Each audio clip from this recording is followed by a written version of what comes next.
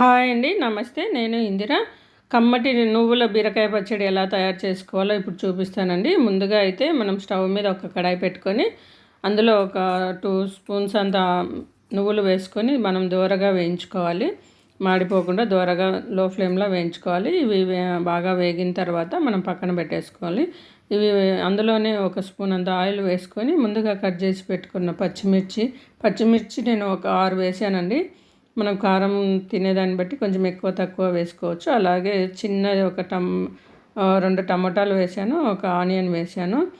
అలాగే ఒక కొంచెం చింతపండు కూడా వేసానండి. మనం పులుపు తినేదాన్ని బట్టి వేసుకోవచ్చు అనమాట. వీటన్నిటిని బాగా కలిపి లో ఫ్లేమ్లో సన్నని మంట మీద మగ్గించుకోవాలి. వీటన్నిటిని బాగా మగ్గిన తర్వాత అందులోనే ఒక స్పూన్ అంత జీలకర్ర వేసి, అలాగే ముందుగా కడిగి పెట్టుకున్న కొత్తిమీర కూడా వేసేసి బాగా మనం వీటన్నిటిని బాగా కలుపుకోవాలి. వీటిని బాగా మగ్గించుకోవాలన్నమాట. మగ్గిన తర్వాత పక్కన పెట్టేసుకొని వేరే ప్లేట్లో పెట్టేసుకోవాలి. ఇప్పుడైతే చూడండి బాగా మగ్గినాయి కదా.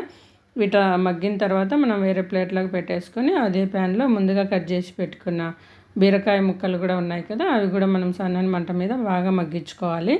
వీటి బాగా మగ్గిన తర్వాత అలాగే ఒక 1/2 స్పూన్ అంతా పసుపు వేసేసి సన్నని మంట మీద బాగా కలుపుతూ మగ్గించుకోవాలండి, పచ్చిదనం పోయేంత వరకు. ఎందుకంటే బీరకాయలు పచ్చి వాసన ఉంటాయి కదా, అవి పోయేంత వరకు మగ్గించుకొని పక్కన పెట్టేసుకోవాలి. అవి చల్లారుతూ ఉంటాయన్నమాట. అంతలోపు ఇప్పుడు మనము నువ్వులు ఫస్ట్ వేయించుకున్నాం కదా, ఆ నువ్వులను బాగా మెత్తగా దంచుకోవాలి. ఇవి బాగా మెత్తగా దంచుకున్న తర్వాత అందులో మనము రుచికి సరిపడా సాల్ట్ వేసుకోవాలి. ముందుగా వేయించి పెట్టుకున్న టమాటా, పచ్చిమిర్చి, ఆనియన్ ఉన్నాయి కదా, వాటిని కూడా మెత్తగా దంచుకోవాలి. ఇట్లా రోట్లో దంచడం వల్ల టేస్ట్ అనేది చాలా బాగుంటుంది. ఫ్లేవర్ కూడా బాగా చక్కగా తెలుస్తుందండి మనకి ఏ ఫ్లేవర్ ఏది తింటున్నాం అనేది. అందుకు ఈరోజైతే నేను మొత్తం రోటి పచ్చడి చేశానమాట. ఎప్పుడు మిక్సీలో వేస్తూ ఉంటాను. ఈరోజైతే రోటి పచ్చడి చేశాను. అందులోని మెత్తగా దంచిన తర్వాత ముందుగా వేయించి పెట్టుకున్న బీరకాయ ముక్కలు ఉన్నాయి కదా, అవి కూడా అందులో వేసేసుకొని కచ్చాపచ్చాగా దంచుకోవాలి.